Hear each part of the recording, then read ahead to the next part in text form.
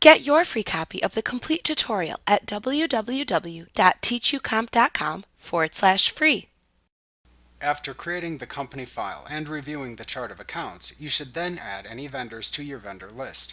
You only need to add beginning balances for vendors to whom you owed money as of the start date of your QuickBooks company file. You can add more vendors to your vendor list as needed. However, if managing trust accounts, you should also add your own law firm to the vendor list.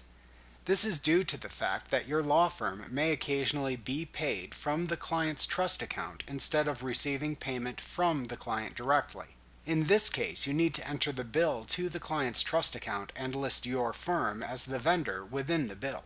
To review the process of entering a vendor record, please review the lesson titled The Vendors List in Chapter 3 of the QuickBooks Desktop Pro Manual. Unlike most vendor records you create within QuickBooks, when you enter your own law firm as a vendor, you will typically set the default account used to an income account. That way, when the bill is paid from the client's trust account, it will accurately show up as income earned for the firm versus being shown as an expense for the firm. Like what you see? Pick up your free copy of the complete tutorial at www.teachucomp.com/free.